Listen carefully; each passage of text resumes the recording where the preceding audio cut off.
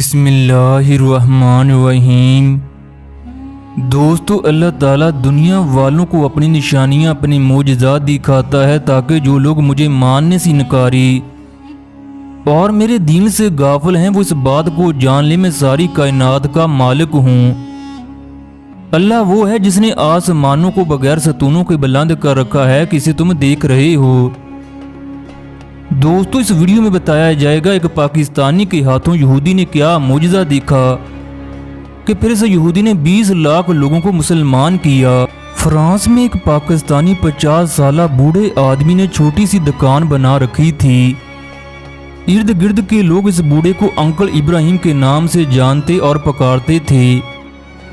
Uncle Ibrahim की दुकान पर छोटी मोटी घरेलू जरूरियात की अशिया के अलावा बच्चों के लिए चॉकलेट, आइसक्रीम, गोली, टॉफियां दस्तयाब होती।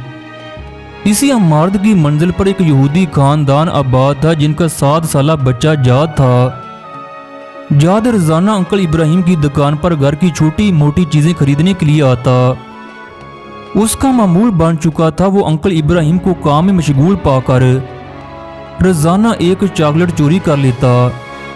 एक दिन जाद दुकान से जाते हुए चॉकलेट चोरी करना भूल गया। अंकल इब्राहिम ने जाद को पीछे से आवाज देते हुए कहा, जाद क्या आज चॉकलेट नहीं उठाओगे?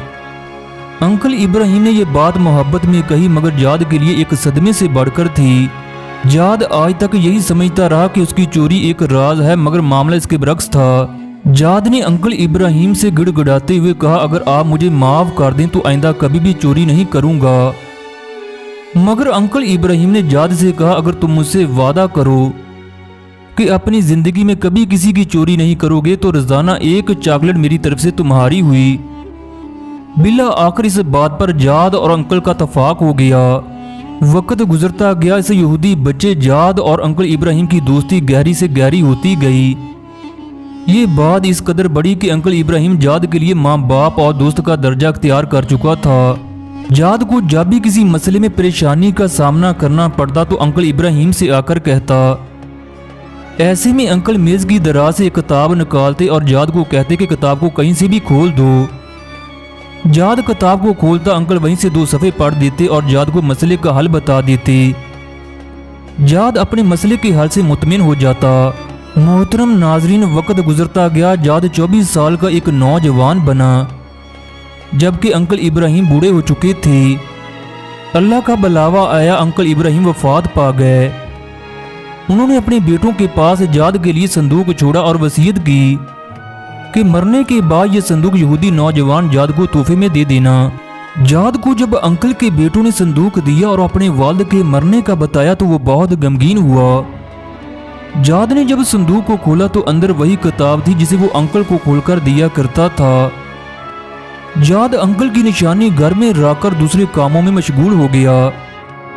एक दिन उसे किसी परेशानी ने आन गिरा। वो सोचने लगा, आज अंकल होते वो उस किताब के 2 सफ़े पढ़ते और मसले का हल बता देते। ये सोचकर उसकी आंखों से आंसू जारी हो गए। अब वो खुद किताब खोलकर कोशिश करने लगा। जब उसने किताब खोली तो किताब की ज़बान और लिखाई उसकी समझ से बालातर थी। वो उस किताब को उठाकर फलस्तीनी दोस्त के पास गया। उसे कहने लगा, मुझे इसमें से 2 सफ़े पढ़कर सुनाओ। उसने मतलब पूछा और खुद ही मसले का हल निकाल लिया। ख़वातीनो हज़रात, अब वो पूछने लगा, ये कैसी किताब है? फलस्तीनी ने कहा, यह मुसलमानों की किताब कुरान है। जाद ने पूछा, मुसलमान कैसे बनते हैं? फलस्तीनी ने कहा, कलमा शहादत पढ़ते हुए और फिर शरीयत पर अमल करते हुए। जाद ने फिर कलमा पढ़ा और मुसलमान हो गया। जाद को कुरान से इस कदर मोहब्बत होगी उसने अपना नाम जादुल कुरानी रखा। फिर उसने कुरान और दीन की तालीम हासिल की और तबलीग शुरू कर दी। दोस्तों, ये बात यहीं ख़त्म नहीं हुई। उसके हाथ से 6000 से ज़्यादा लोगों ने इस्लाम कबूल किया। एक दिन जादुल्ला पुराने कागज़ देख रहे थे तो उसे अंकल इब्राहिम के दिए हुए कुरान में दुनिया का एक नक्शा नज़र आया जिसमें बरे आज़म अफ्रीका के गिर्द एक लकीर खींची हुई थी जिसमें अंकल के सिग्नेचर और साथ एक छोटी सी आयत लिखी थी, अपने रब के रास्ते की तरफ दावत दो हिकमत और उम्दा नसीहत के साथ। जादुल्ला को ऐसा महसूस हुआ जैसे ये नसीहत उनके लिए है। उसके बाद जादुल्ला ने यूरोप को खैरबाद कह दिया। इसके बाद उसने सोमालिया, युगांडा, सूडान, कीनिया और उसके आसपास के ममालिक को अपना मस्कन बना लिया। यूं उसके हाथों लाखों लोगों ने इस्लाम कबूल किया। उसने अपनी जिंदगी के 30 साल तबलीग में गुजार दिए। 2003 में अफ्रीका में पाई जाने वाली बीमारियों की वजह से वो चल बसा। वफात के वक्त उसकी उम्र 54 साल थी। 2 साल के बाद उसकी 70 साल की माँ ने भी इस्लाम कबूल कर लिया। ख़वातीनो हज़रात, अगर हमारे रवैये ठीक हो जाएं, हमारा अखलाक अच्छा हो जाए, हमारी शक्लें और हमारा लिबास नबी अकरम सल्लल्लाहु अलैहि वसल्लम के बताए हुए तरीके के मुताबिक हो जाए तो पूरी दुनिया मुसलमान हो जाए।